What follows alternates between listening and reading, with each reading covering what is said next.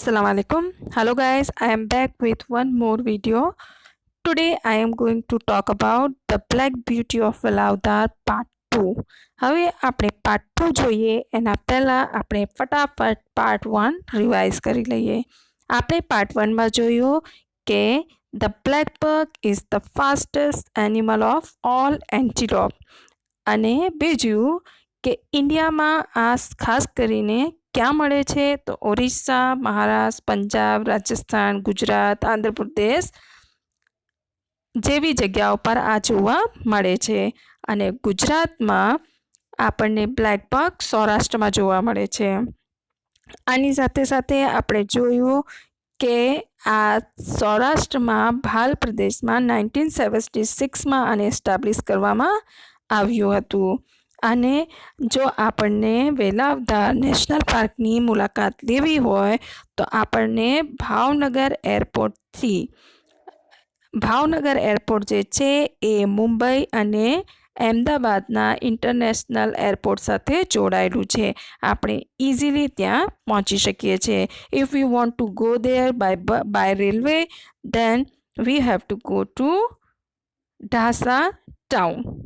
Okay, આવી રીતે આપણે આવું જોઈ ગયા હતા. હવે આજે આપણે પાર્ટ 2 ફટાફટ જોઈ લઈએ. તો પાર્ટ 2ની અંદર આપણે જોઈએ કે બ્લેક બકને કયા નામથી ઓળખવામાં આવે છે.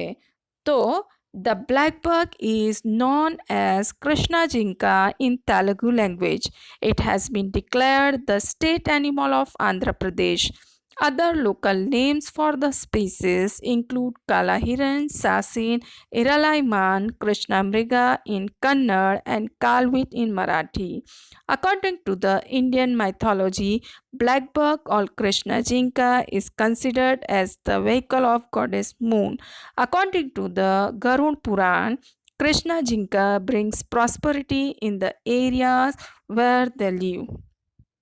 હવે the black buck is also known as Krishna Jinka in Telugu language. એટલે તેલુગુ ભાષામાં બ્લેક બકને કૃષ્ણ જિંકા તરીકે ઓળખવામાં આવે છે. નોન એઝ એટલે ઓળખવામાં આવે છે. It has been declared the state animal of Andhra Pradesh.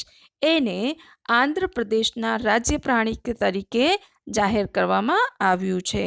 The other local names for the species. હવે આ જે બ્લેક બકની પ્રજાતિ છે એને બીજા જે લોકલ સ્થાનિક નામ પરથી ઓળખવામાં આવે છે દેટ ઇન્ક્લુડ એ નામો છે કાલા હિરણ, સાસેન, એરલાઈમાન, કૃષ્ણામૃગા ઇન કન્નડ એન્ડ કાલવિત ઇન મરાઠી. એને કન્નડમાં કૃષ્ણામૃગા અને મરાઠીમાં કાલવિત તરીકે ઓળખવામાં આવે છે. According to the Indian mythology એટલે ભારતીય પૌરાણિક કથાઓ જે છે એમાં રામાયણ, મહાભારત, પછી ગરુડ પુરાણ, એની સાથે સાથે ઉપનિષદ છે અને એની સાથે પંચતંત્રની કથાઓ છે. આ બધી ઇન્ડિયન હિન્દુ માઇથોલોજી છે. તો એની અંદર બ્લેક બક ઓર કૃષ્ણ જિંકા is considered as the vehicle of goddess moon. તો આ જે બ્લેક બક છે એને ચંદ્ર જે દેવી છે એના વેહિકલ, એના વાહન તરીકે ઓળખવામાં એટલે કે જાહેર કરવામાં આવ્યું છે. એને ચંદ્રની દેવીનો શું કરવામાં આવે છે? વાહન માનવામાં આવે છે. According to the Garuda Purana, કૃષ્ણ જિંકા brings prosperity in the areas where they leave. અને ગરુડ પુરાણના હિસાબે કૃષ્ણ જિંકા જે એરિયામાં, જે વિસ્તારમાં રહે છે ત્યાં એ સમૃદ્ધિ લાવે છે. આટલું મને લાગે છે કે ખ્યાલ આવી ગયો છે. ફરી પાછું એક વખત જોઈ લઈએ. The black buck is known as કૃષ્ણ જિંકા ઇન તેલુગુ લેંગ્વેજ. તેલુગુ લેંગ્વેજમાં એને કૃષ્ણ જિંકા તરીકે ઓળખવામાં આવે છે. આંધ્રપ્રદેશનો એને રાજ્ય પ્રાણી તરીકે જાહેર કરવામાં આવ્યું છે. જુદી જુદી જે સ્થાનિક ભાષાઓ છે, સ્થાનિક નામ છે એના જુદા જુદા એ છે કાલા હિરણ, સાસેન, હિરાલાઈમાન, કન્નડમાં એને કૃષ્ણામૃગા તરીકે ઓળખવામાં આવે છે અને મરાઠીમાં કાલવીટ તરીકે. અને અકોર્ડિંગ ટુ ઇન્ડિયન માઇથોલોજી એટલે કે જે હિન્દુ માઇથોલોજી છે તો એના પ્રમાણે બ્લેક બકને મૂન ગોડેસ મૂન, ચંદ્રદેવી જે છે એના વાહન તરીકે તમે અહીંયા પિક્ચરમાં જોઈ શકો છો. તો એના તરીકે ડિક્લેર કરવામાં આવ્યું છે. પ્લસ ગરુડ પુરાણ જે છે એની અંદર એવું કહેવામાં આવે છે કે આ જે બ્લેક બગ છે એ જે જગ્યાએ રહે છે, જે વિસ્તારમાં રહે છે ત્યાં સમૃદ્ધિ આવે છે. ચાલો નેક્સ્ટ જોઈએ. The black bug is famous for its spiral horns. The distinguished horns of the black bug are ringed with 1 to 4 spiral turns. They can be as long as 28 inches. In the male, the upper body is black and the belly and eye rings are white. The light brown female is usually hornless. Blackbugs usually roam on the plains in herds of 15 to 20 animals with one male leader. હવે the blackbug is famous for its spiral horns. Blackbug એના spiral ચક્રાકાર શિંગડા માટે famous for છે, well known છે. અહીંયા તમે એના શિંગડા જોઈ શકો છો, ચક્રાકાર છે, એના ટર્ન્સ છે. The distinctive horns of the blackbug are ringed with 1 to 4 spiral turns. હવે આના જે હોર્ન્સ છે, એના જે શિંગડા છે, એની વિશેષતા શું છે? તો એ વિશેષતા એ છે કે એના જે ચક્રાકાર હોર્ન્સ છે એના 1થી લઈને 4 ટર્ન્સ હોય છે અને they can be as long as 28 inches અને એ 28 ઇંચ જેટલા લાંબા હોય છે. Plus in the male the upper body is black. તમે પિક્ચરમાં જોઈ શકો છો કે એની ઉપરની જે બોડી છે કેવી છે? Black. And the belly and eye rings are white. હવે એના પેટનો ભાગ જુઓ અને એના આંખની ફરતે જે રિંગ છે, જે વર્તુળ છે, કેવા કલરનું દેખાય છે આપણને? વ્હાઇટ. તો એ વ્હાઇટ હોય છે, તો એ આની ખાસિયત છે. અને બીજું, the light brown female is usually hornless. અને જે ફિમેલ માદા હોય છે એ લાઇટ બ્રાઉન કલરની હોય છે અને યુઝ્યુઅલી સામાન્યપણે એના હોર્ન્સ હોતા નથી. અને પછી છે blackbucks usually roam on the plains in herds of 15 to 20 animals with one male leader. અને સામાન્ય રીતે બ્લેકબગ્સ જે છે એ ખુલ્લા મેદાનમાં, તમે ખુલ્લા મેદાનમાં એને જોઈ શકો છો.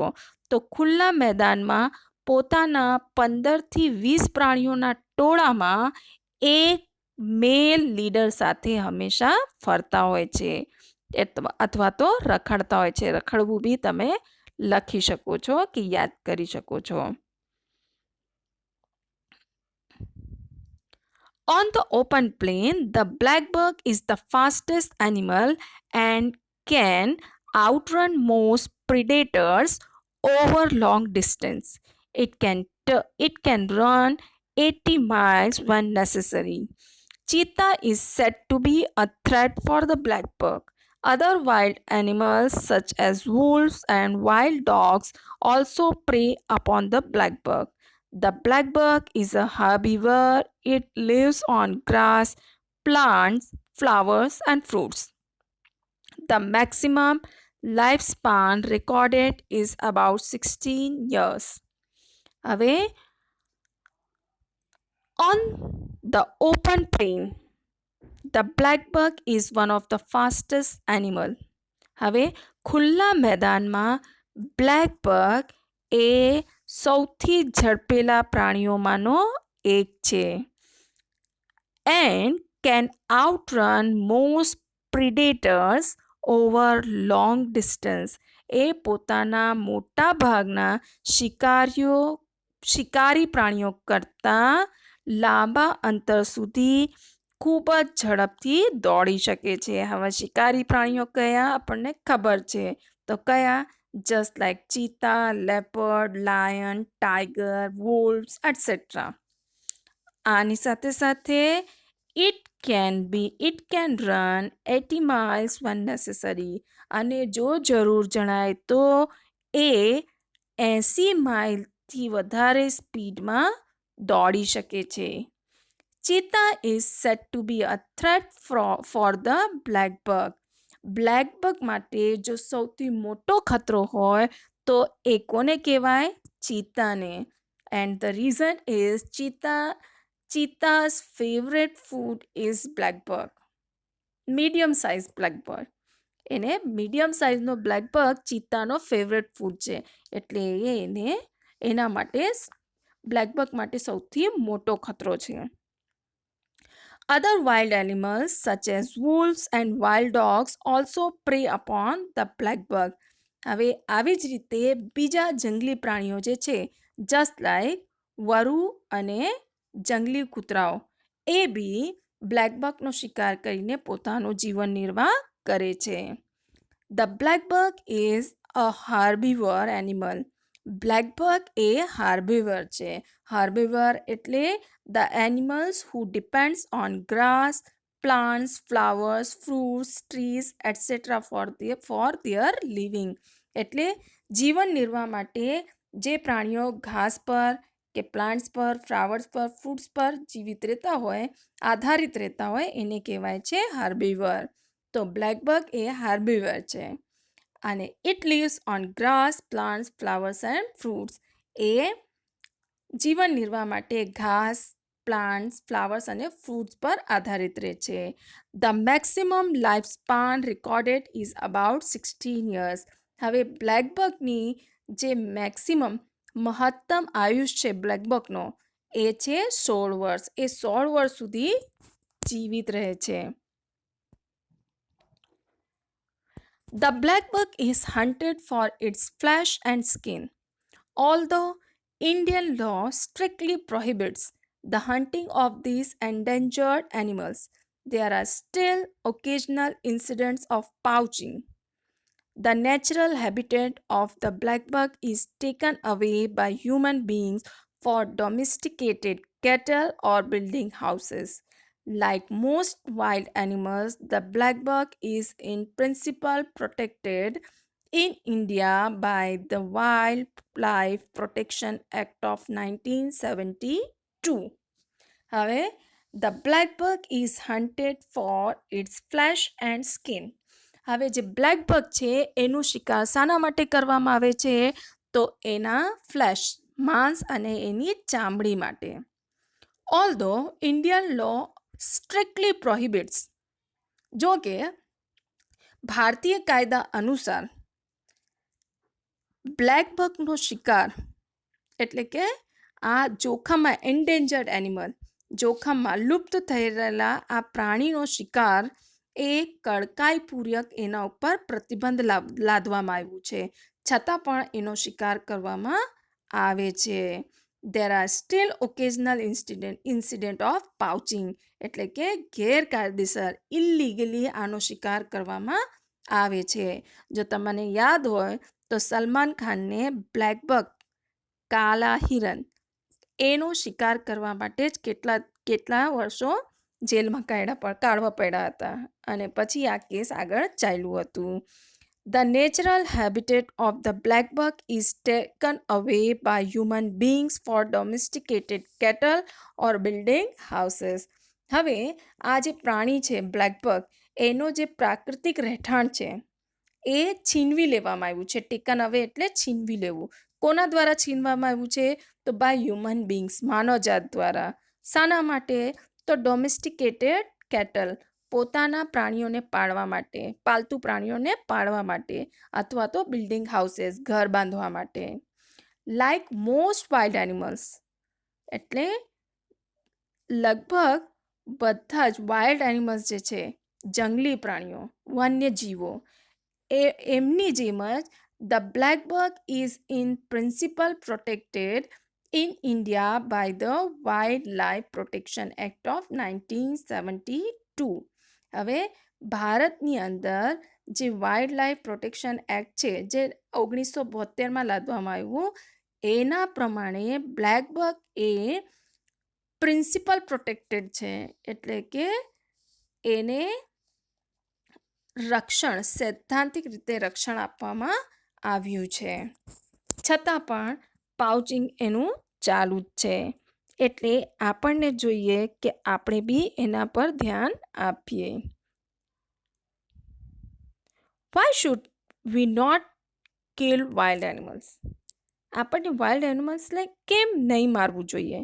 તો ઓબ્વિયસલી આપણે વાઇલ્ડ એનિમલ્સને મારી નાખીએ તો જંગલો ખાલી થઈ જશે, અને વાઇલ્ડ એનિમલ્સ એ આપણા એન્વાયરમેન્ટ માટે જરૂરી છે. So we have to protect them. Okay friends, you must have seen the black buck on the postal stamp of India. But now visit someday Velavdar Black Buck National Park and enjoy watching black bucks and other animals and birds in natural surroundings. હમણાં તમને પૂછ્યું કે ભાઈ આપણે wild એનિમલ્સને મારવું જોઈએ કે નહીં, કેમ મારીએ આપણે, અને કેમ બચાવવું જોઈએ, અને હવે તમને એ એક એડવાઇસ આપે છે, અને તમને અહીંયા એક સલાહ આપે છે કે વી હેવ ટુ પ્રોટેક્ટ ધેમ, આપણને એ લોકોને પ્રોટેક્ટ કરવું જોઈએ. અને આગળ આપણને કહે છે, friends, you must have seen the black buck on the postal stamp of India. તમે ભારતના પોસ્ટલ એટલે કે ડાક ટિકિટ જે હોય છે એના સ્ટેમ્પ ઉપર, પોસ્ટલ સ્ટેમ્પ ઉપર બ્લેક બકનો પિક્ચર જોયું હશે. નહીં જોયું હોય તો અહીંયા જોઈ લો, પિક્ચરમાં દેખાય છે. તો પોસ્ટલ સ્ટેમ્પ ઉપર બ્લેક બકનો પિક્ચર જોયું હશે. But now visit someday Velavadar black buck national park. અને હવે કે છે કે ખાલી પોસ્ટલ સ્ટેમ્પ ઉપર બ્લેક બક જોવા કરતાં તમે બ્લેક બક નેશનલ પાર્ક વેલાવદારની મુલાકાત લો. શાના માટે? To enjoy watching black bucks. Black બકને જુઓ અને એની મજા માણો. અને ખાલી બ્લેક બક નહીં, પણ એની સાથે સાથે જે બીજા માઇગ્રેટરી બર્ડ્સ છે ત્યાં અને બીજા એનિમલ્સ છે એને બી તમે આપણા નેચરલ સરાઉન્ડિંગ એટલે કે પ્રાકૃતિક જે આપણી સંપદા છે એની આસપાસ આ બધા પ્રાણીઓને આપણે જોઈએ અને એનો આનંદ લઈએ. આઈ હોપ કે તમને આ સ્ટોરી બરાબર ખ્યાલ આવી હશે. હવે ગૂગલ ફોર્મના આન્સર આપજો અને પછી આપણે આગળ જોઈશું. Okay, thank you very much.